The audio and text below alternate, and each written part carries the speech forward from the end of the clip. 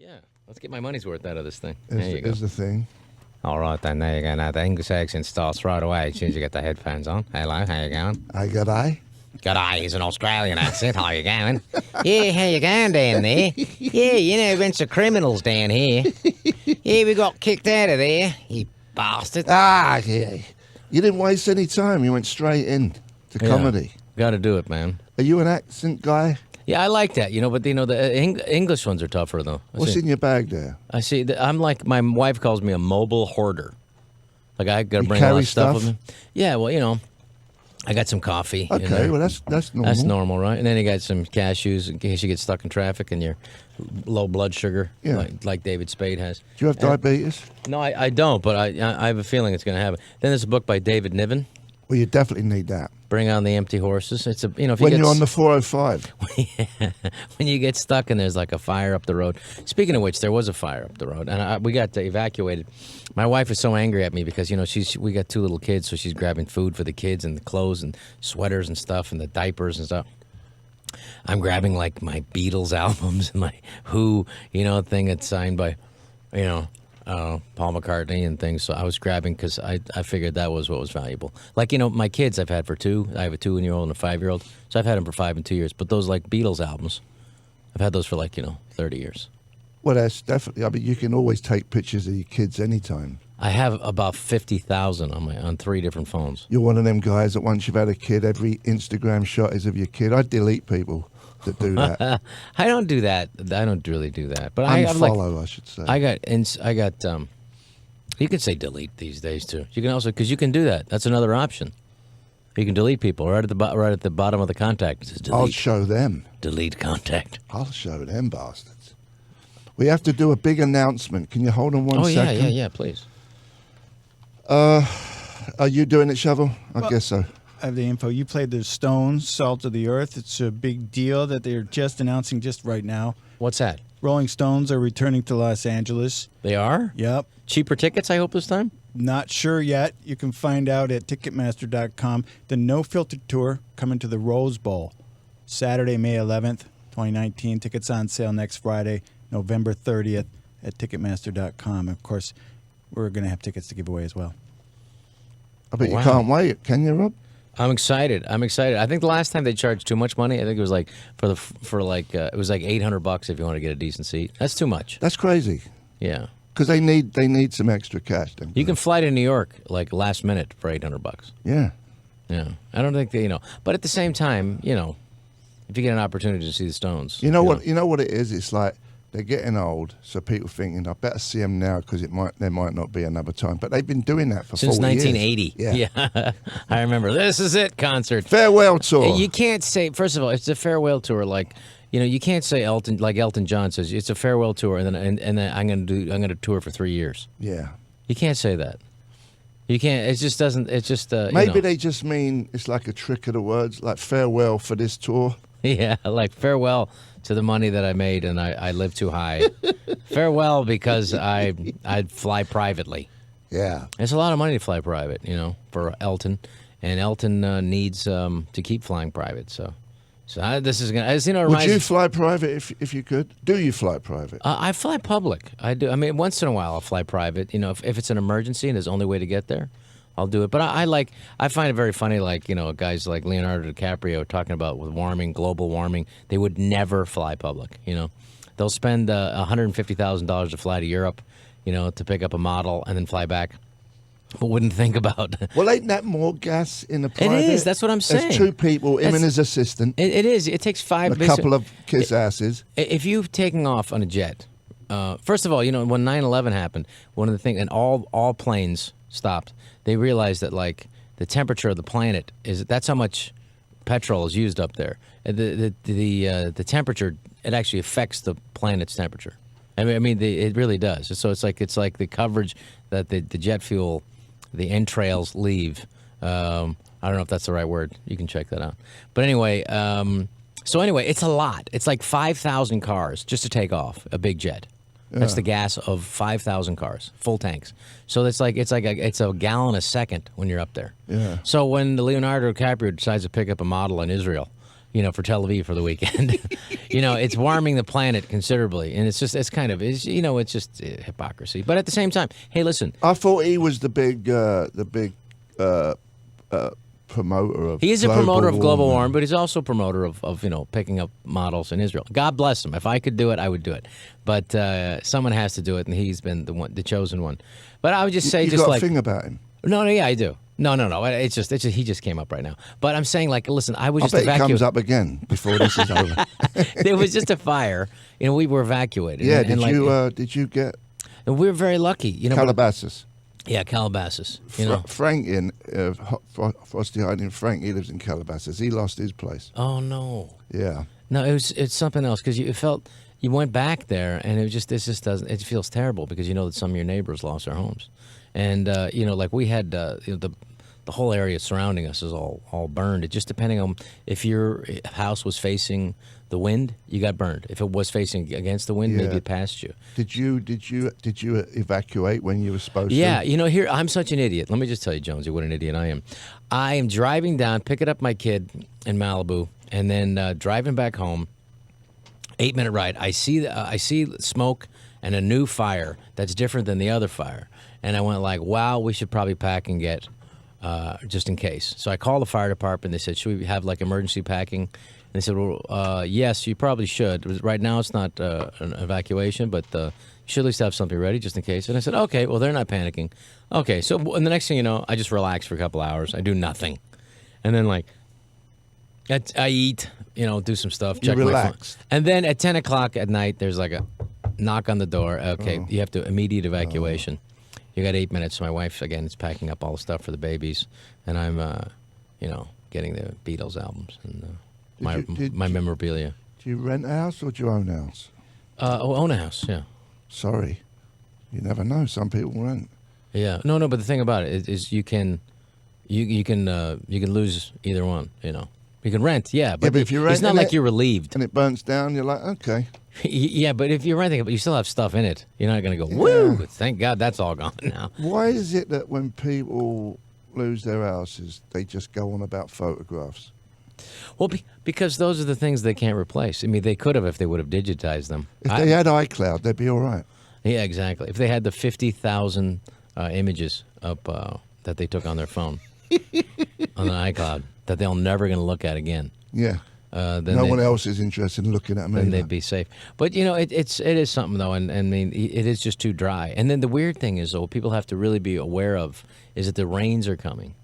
It might rain Wednesday, so that's when the mudslides. Yeah, this morning it didn't. That rain that looked like it was going to come Wednesday doesn't look like it's here. Santa Barbara, yes. But Santa Barbara, okay. It says it's, but not here. I was so hoping for it to rain. We need it. I need it. But anyway, it's all good. I'm going to be, it's Thanksgiving here in town, and I'm going to be down at. I'm going to go down to Irvine, tell some jokes. Try to tell some jokes. Yeah, let me. Let's lead into that. Oh, okay. Thank you. Would you like that? Sure. Performing at the Irvine Improv Friday, November the 23rd, and Saturday, November the 24th. 2 shows. And Sunday, November the 25th. But that's not why I'm here. I'm just here to say hi. I could care less about that show. Get out of here. I could care less. I did call a friend of mine. By the way, I have a friend of mine, Mike Olson, who's like a gigantic fan. He's the one who introduced me to your show. And he just loves obscure music. Not obscure, but I should say like really cool music that most people don't know. Yeah. I guess you can use that as obscure. Yeah. Like, what is it? Like something convention, Fairchild convention? Fairport convention. I played them. My goodness. I don't think I did. Yeah. Fairport. Is it Fairport? That is the name of a band. Yeah. It's a beautiful band. Are they like old hippie band, aren't they? Yeah. But there was like, who knows where the time goes? I think it's called. You can look that up, right? I played that. Did you play that? I don't know. Oh, you're asking for that? Yeah. Oh, I thought you said your buddy listened to obscure stuff, and I played that. That's how I read like, it. but he said he likes stuff like that. Yeah, obscure Fairport stuff. Convention. That's what it is. Do you want to hear that? Oh God, it's a great song. Yeah. Who knows where the where the time goes. It's a beautiful song that I don't know if you've ever played it on your show here. It's a first. Okay. Do we have it? We don't have it. I can play it from YouTube, but we don't have Later. I stumped you. We're going to get it later.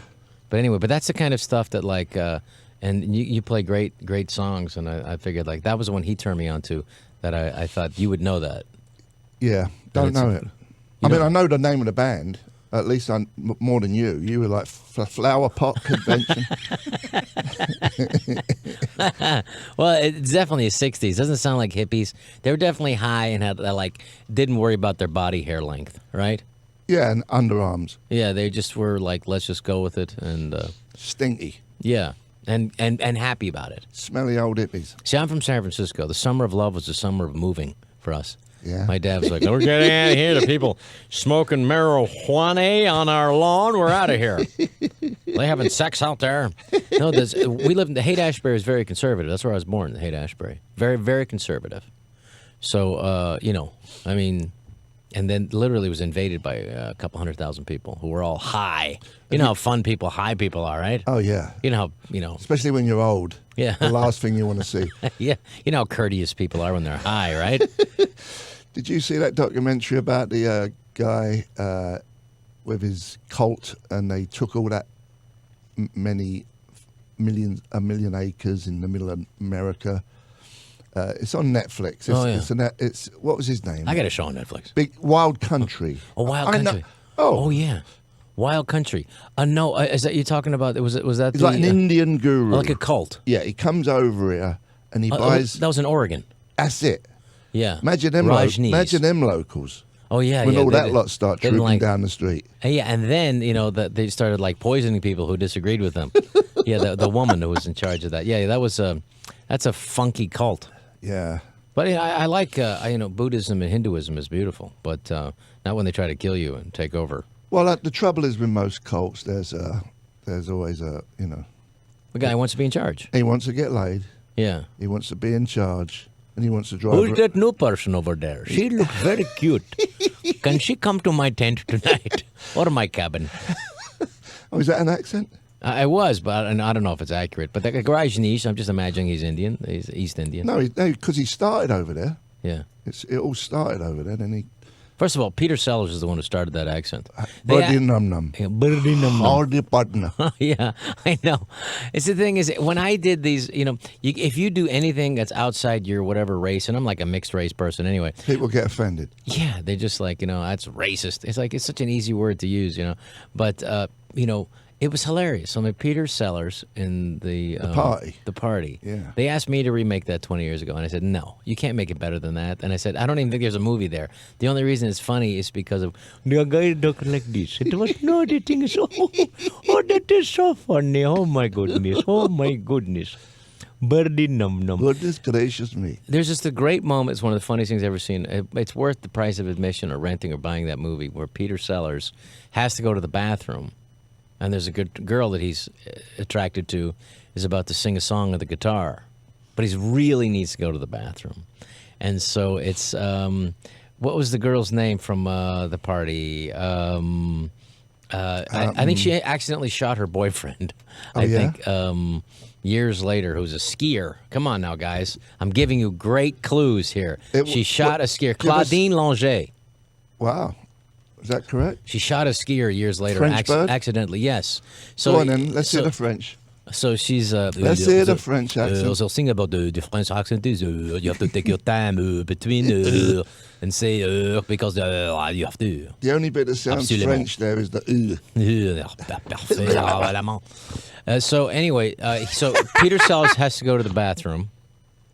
And Claudine Langer is playing the guitar, and he's pretending to listen to it and everything. And he does this moment where he's up against the wall, and his body is just collapsing in on it. And he has to do this turn where he just does this turn where he flips against the wall because he just has to. And he's about to lose it. And it's just one of the funniest moments you've ever seen in your life. It's probably more funny than you telling it. I hope so. Should we play some music? Yeah. Something obscure for our man? Yeah, it's such a beautiful song. I put it in a movie called The Chosen One. It was what you put what in? Fairport Convention. Flower pot?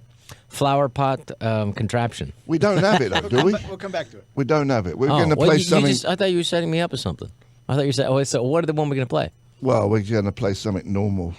Burning of the Midnight Lamp, Jimi Hendrix. Oh, yeah. I know, it's just regular That's old regular stuff. Jimi Hendrix. Oh, we You know, can can I play- tell you Jimi Hendrix story first? You Go know, on. when he passed away, his dad was a house painter and sold. He got contacted by like the label, and he sold Jimi Hendrix entire catalog for $50,000. Did he? Yeah, because he's a house painter, so it's like he's offered $50,000. So what?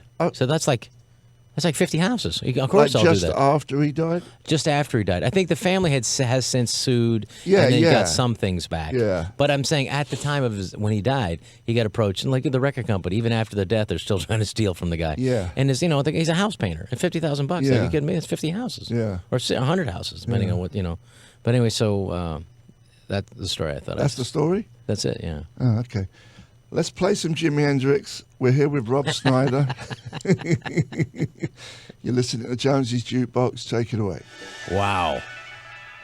Round and round and round we go, Rob. You have to be English when you have a line in your song called "I pity those poor children." Yeah. The Straubs. Well, the reason we played the Straubs, because the bird who was in Fairport Convention was Yeah. in the Straubs for 10 minutes. Yeah. Sandy Denny. What a Yeah. beautiful voice. Huh? Isn't that a lovely, haunting song? And the guitarist, Richard Thompson.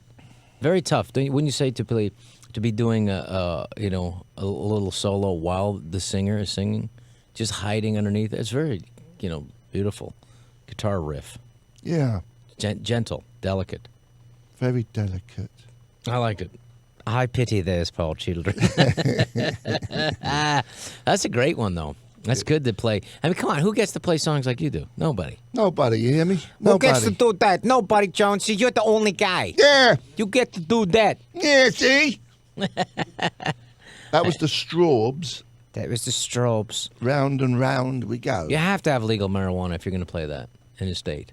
Now we do. Do you like your weed? Do you You know what? I indulge? didn't smoke for a long time because I found it very annoying, the people around me who were high. And now I get it. And now I get it. It's just, it's very, it's what you bring to the high. But You know what I mean? Do you like a particular, like you go to these places that have like 20 different types or 100 different types? Yeah, of I mean, weed? I just don't know. I mean, first of all, it's just the idea that there's like some kind of weed sommelier, like Yeah. an expert who can tell Like you. champagne. Yeah, and it's like, first of all, you're working in a weed store, number one. I don't know if that makes you an expert, but like, I guess they do. But like, there's the Grape Ape and the Bob Marley, and there's the Crazy Glue and stuff. I've tried a few of these, and Now, do you notice a difference? no. It's all the same, right? Yeah. It's completely. Some hit you a little harder, but like the idea that some is like, no, this one you take this one right before you read a novel. Oh, we're in an English weed shop. Okay. He's here part time. No, I'm working here part time just to lie to people. Yeah, just to- no, this one, the Grape Ape. You want, don't like a heavy novel. Don't go James Joyce, Ulysses. What you want to do is like something light, you know what I mean, like Adam Carolla. So, but anyway, yeah, I like it. Do you notice a difference in it, or you do I don't, smoke? I You don't smoke. Yeah. I've been sober, Yeah. clean and sober for just celebrated 28 years, actually. Well, congratulations. Yeah. I never really was into weed. I liked Yeah. hash. That, Yeah, yeah. That wasn't bad. Yeah, But actually weed, like ear, like and it's very strong. tie sticks, were okay. But weed, Yeah. I would just lose my mind. I'd get the initial stoned. It was cool for 10 minutes. Then it would turn into like just Paranoia. paranoia, Yeah, I know. insecurity. Oh, yeah, Everyone's staring at me, and then it would turn into a head. Like I just have a headache. Okay, yeah. Couldn't. I'm too controlling Yeah. to just let go and enjoy. You it. might enjoy it now, though, because that's the way I felt Oh, before. thanks. Yeah. No, yeah, seriously. I'm not talking to get you off your sobriety, but I would say that it's an herb, as Bob Marley says. It's an herb, You've man. just planted the seed. It's an herb, man. Pardon the pun. Yeah. No, the thing about marijuana, it's an herb, man. It's not. It's a plant. It's not like a drug, man. It's Well, a plant. that one needs a bit of work. Does it really? Yeah. I wanted to do a movie called The White Rasta, which is a funny idea. Like 20 years ago, when I can get anything done, pretty much, I wanted to do. And I was I was a baby dropped off on like a boat that was marijuana boat that was sinking, and the parents put me on put the baby on a big bale of marijuana from Jamaica, and then it floats into the harbor. What happened? I just got too high and I didn't make it. Yeah. No, I know. I thought maybe, it's tragic because I really love those movies, those Jamaican comedies. Those ones like They're light. They're light. Yeah, and it's just I kind of like a guy who comes over to America and then like he just doesn't really realize he's white. That was funny to me, but I don't know if that would be like because that's a problem. You have to make a movie work. It's got to work for like 90 minutes. It can't just work for like 5 minutes. So Yeah. I think that maybe would work for like 5 minutes. That was the fun of like when you're on Saturday Night Live is that you could make something work for like 3 minutes and then you can just run away from it fast. Yeah. But like a movie, you got to hang in there, and then like, if it starts to turn after a while, people go, oh, because you can watch TV, you can turn the TV channel, but if you pay to go see a movie, and you like got to get a babysitter and get some popcorn, it's like, whoa, that's a commitment. Well, a lot of movies don't even go to cinemas anymore, right? Even Yeah, I know. Isn't that sad? decent movies, Netflix. You're on Netflix, right? Mm-hmm. Or whatever else. All these other outlets. What do you have? Do you have Dish Network or Direct? I have like, I ordered Showtime recently. I hadn't had that in years because of Sacha Baron Cohen, his show, which was hilarious. Yeah. You could really get everything from Netflix, and I do, but Apple TV. But I still like to watch like the local news. If it was like, imagine if you only had Netflix and then there was a fire last week, and you go like, Yeah. You have to wait for the documentary on the fire, like a year later. which will come like in 6 weeks later. They're very fast. But I just realised I have Dish Network. Yeah. They're having a feud right now with yeah. HBO. They're not. You can't watch anything. It's really the end of it's going to be a slow, extremely lucrative death for those for Like the cable HBOs. channels. Yeah, unless they're like the middleman, right? Yeah, unless they completely go over to streaming, they're going to have to do it, and including the networks, and they will. Well, they're trying to stream already. Yeah, but Netflix is just like light years. They're still in the like in radio compared to where Netflix is at. Yeah, yeah. So and then Disney's going to try to do it next, but it just is what people want to watch on their phone now. And I will tell you, like I was like, And they don't want to listen to commercials. No, right, and they want to be able to pass through them. That's why, like, eventually even Netflix is going to have some form of commercials on there. Just even in the lower part, how like the screen is being taken over. They have like a little run. Pretty soon it's going to be like most of the screen is going to be commercials, and there'll be like a 25% will be your show. But I do remember it's just a different experience. That's why hopefully the movie theaters will always be around. But like I remember watching, being on a plane going to England of all places, where I was watching Lawrence of Arabia on one of them little tiny. Yeah. TVs. Yeah. And it's a different experience, 70 millimeter on a gigantic screen. Sure. To see that sound. To see Lawrence on a camel go to rescue that guy in the middle. Yeah, with his blue and then go eyes. back and with his lovely blue eyes. Yes. That movie's originally offered Lawrence was Marlon Brando. Yeah. Yeah, and he wanted to go to Tahiti instead. Was it too many lines? Maybe, or I think it's his dream to always go to Tahiti. Well, he did, didn't he? So he went there. Yeah, and he did that. The Mutiny on the Bounty. Yeah, which I like that movie, but supposedly it didn't do that well. But anyway, so when you're looking at that on the screen, the camel moving 2 inches as opposed to like this gigantic landscape. I mean, just imagine David Lean would be rolling over in his grave, thinking about how his movie's being looked at. Because but it is what it is. But it's amazing because Orson Welles, they just released a movie of his that he worked on for many, many, many years.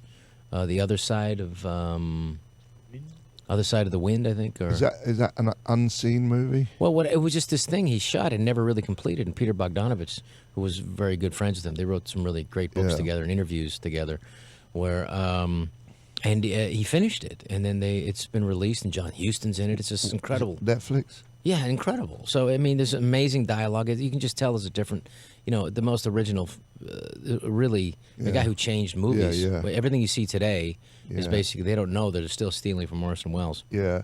And so he also made another movie that they're trying to complete, Don Quixote.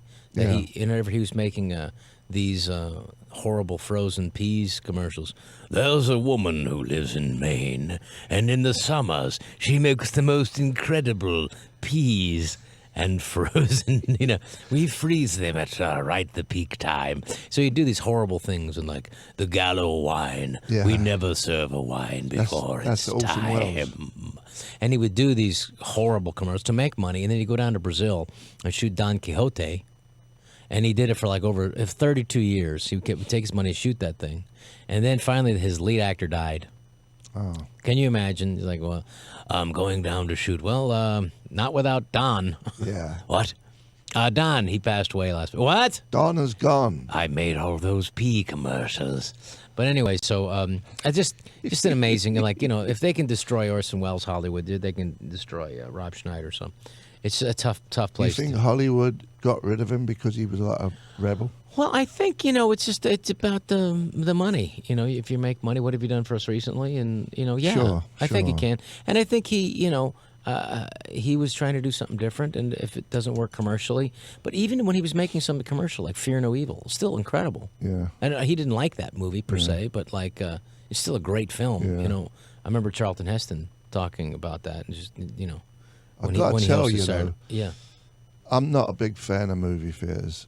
Oh, really? I mean, I do like the concept, but I just don't like people in the theaters. People in the theaters. Yeah. Well, if you're watching like a horror film, then people screaming out, and you're watching it at like 8:00, then people are aware that they can also be part of the show in the movie theater. That's a it. problem. But it depends on the movie. If you're seeing like an independent movie at like in the Clay in San Francisco, it's going to be a very elegant clientele, and they're going to see a movie Respect from for France. others, you mean? Yes, and also they want to enjoy the cinema. They enjoy the coffee before and the coffee after and the conversation. It's the lights from the cell phones is what It bugs is me. nuts. You know what I think? Eventually, like I have this now. I just bought 2,000 of these bags from China. And I promoted my show, Real Rob, on each of the bag. But like now when I perform at a place, they have to put the phones in a bag. I was against it at first, but now it's just the people. And it's not like, I don't blame them per se. It's an addiction, Yeah. like any addiction. Yeah. They need to look at it and they need to go there Yeah. because that's what they do, and their brain is wired to do that. It's Yeah. just a wonderful distraction that they can do, unfortunately, while they're driving as well. So it's like if you want to come in, you got to turn that off, And if you don't want to turn it off, then you don't come in. Yeah, I like that, but I don't think it's going to go backwards. It's only going to get worse. Yeah, well, that's the old. Unfortunately. Well, that's what Einstein said. Supposedly, I don't know if he really said it, but What did he say? The quote is attributed to him when something like That's good. when communication. That's good, Rob. When people communicate takes the backseat to technology, we're going to have a society of idiots. We're going to have a generation of idiots. Mm-hmm. I think I've totally bastardized that, but the intent is there. When our technology, oversees our ability to communicate, we'll have a generation of idiots. That's another bastardization. I think Nostradamus said that too. I think he did. That was another one. He said it's in the quatrains. We're all going to be idiots. Well, the quatrain. That's so funny because that was one of the movies. What the hell does that mean? That was it's one written of in the quatrains. I know. No, it's so obvious right there. It's in that quatrain. Right between that quatrain and that quatrain. See that little thing there? That's what it means. What is it? I don't know, but that's what it means. I love that. You like Derek and Clive growing up? Yeah, Come of on. course. You're kidding me? Don't start with that. No. I know you can't do that on radio. That was on Virgin Records. That was on the same label we was. Well, that just goes to show you, And that was just them in the studio, Drunk. Yeah. just ad-libbing. Yeah. Well, Dudley Moore and Peter Cook. Well, Peter Cook was maybe the funniest guy who ever lived. Yeah. And he would just go on a rant, and then Dudley Moore would just go with him. And, Yeah. it was a perfect Yeah. counterbalance. Winston's Bogies was a good one. He's on the internet. If people want to see him, he gives a great speech. Yeah? Yeah. Just he's incredible. He's dead now, right? They're both Yes. They're both dead now, yeah. That's one of those things that's like, oh, man, how come I never got a chance to work with Dudley Moore? dead. Yeah. It's tough. Again, comedians, it's tough. You know, he had a couple of movies, and then that was it. You know, He was huge there, Dudley Moore, for a minute with 10, right? yes, 10 Arthur. and Arthur back to back, and then he did that movie. What got him 10 was the movie with Chevy Chase and Goldie Hawn. Come on, guys. See, that's what happens with the legal marijuana. It also Was it written in the quatrains, this movie? that one, yeah, that was a movie that was offered to me back. Notre Dumbass. Nostra Dumbass. And I thought, like, hey, maybe I shouldn't do that one. I said yes to some other Listen, dumb while ones. we're figuring that out, we're Yes. going to play. What We're are going we to play Guns of Brixton. Yeah, that's right. This is the, Okay, it's a quiz for you. Who Yes. sings this song? Which member? Which member of the Clash? Yeah, you're not looking on your phone, are you? No. I Which don't- member of the Clash sings this It's song? not the lead singer, obviously. Guns of Brixton. I don't know. Which one? You tell me. It's the bass player, Paul Simonon. Paul. Paul Simonon. Rob Snyder's my guest. Jonesy's Jukebox you're listening to. We're going to play some music. This says heavily influenced by reggae, this song. Yeah, kind of. Go on. Dudley Moore. Foul Play was that movie with Chevy Chase and Goldie Hawn that really, it was 10 minutes of Dudley Moore was the funniest part of that movie. Yeah. His 10 minutes were like screamingly funny. Yeah. Yeah. And, So listen, let's give you a plug again. oh, thank you, Jonesy. This Friday, November 23rd, Saturday, November 24th, 2 shows, and Sunday, November 25th, performing at the Irvine Improv. I just want to ask you something about your show, Real Bob. Yeah, Real Rob. That's what I said. Real Rob. when you do the bit like with you, is that your real missus? Yeah. It is, and your Patricia. kid, and your Yeah. kid in it. I It's just just- watched the first one today, Oh, you did? Okay. and I liked it. I think I'm Well, going to thank watch you. some more. I'm not just saying it because you're here. Thank you. But what I did notice when you do the stand-up bit, Yeah. this is the big question: is that canned laughter? No. We have like a real crowd in there. I wish we had the money for the. Canned laughter. Yeah, well, we mic the audience, not individually, but no, but we. So you get you know you're going to be talking about the scene you just did. Yeah, This is I don't know if it's changed. This is the first season. yeah. I mean, the second season we don't do any stand up. Okay. The third season that we're doing now, we have quite a bit of stand up. So it just depends on, like the first season. Well, I didn't really know what the heck we were doing, and we just let's see what happens. And it led to we just taped a bunch of stuff at a comedy club, and they said we'll just use these little bits, and sometimes it does fit into the into the format. And then the audiences were great. I mean, one of the things was I did this Stephen Hawking bit that ended up staying in, and it was basically talking about because there was a press conference that he did where people he was talking about one of his books, I think A Brief History of Times released, and they were asking him about his divorce. And he's like, I am here to talk about the universe, not my personal life. It was like, yeah, but if you feel like something you feel, and I don't want to talk about my personal life. I'm here to discuss black holes and wormholes and the possibility of time being warped in a wormhole. So it was just really funny. So I did a joke about that in the show, and that's the thing, the freedom of Netflix is that you can just carve something in there and then see it works. How do they test ratings on Netflix? Well, you know what? They have so much content. They just they put it out there, and they need new content. So it's But like how do they know if a show's doing well or not? they have this incredible algorithm. So they know how much you're watching, when you're watching, how long you go away from it, when you come back to it, and then if you watch it again, and what you're wearing when you watch it. They have a lot of algorithm, and they know what works for them, and they've got I think over 80 million people in America. Yeah. Get it? This is unbelievable. I've had it for a few years. It's great. Yeah, and to me, like some of the shows, like I really love like some of the documentaries. You're a 95% match for this show about a guy who murdered his wife. I said, am I really? And it's a guy who, it's called The Stairwell or something. And it's a guy who, it's like the two women that he knew. One of them was his wife who died falling down the stairs. And then his And then the newest thing, because this is still a real guy. He said, no, an owl killed her. Yeah. An owl killed her. He said, I trained that owl for 5 years. That's good stuff, man. Yeah, so Good stuff, Netflix. Oh, yeah, it's So you're great. doing season 3? Season 3, yeah. So we'll Have find you out. started it yet? Yes, so we'll find out when that comes out. But I hope people get a chance to watch season 2. That'll help it come out quicker. Okay. I'm available. Thanks. Okay. Well, all right. We'll do this. I'll try to come up with a Fairport Convention song that you. You won't. You won't. Thank you for playing that. It's such a beautiful song. It made See my the way day. you changed the subject? No, we'll have you on it, buddy. Thanks for coming by, buddy. Thanks. You're a legend, Jonesy. Thank you. Rob Schneider, Jonesy's Jukebox. He's splitting. We're going to play another hour of rock and roll. Thank you. On the next Frosty, Heidi, and Frank.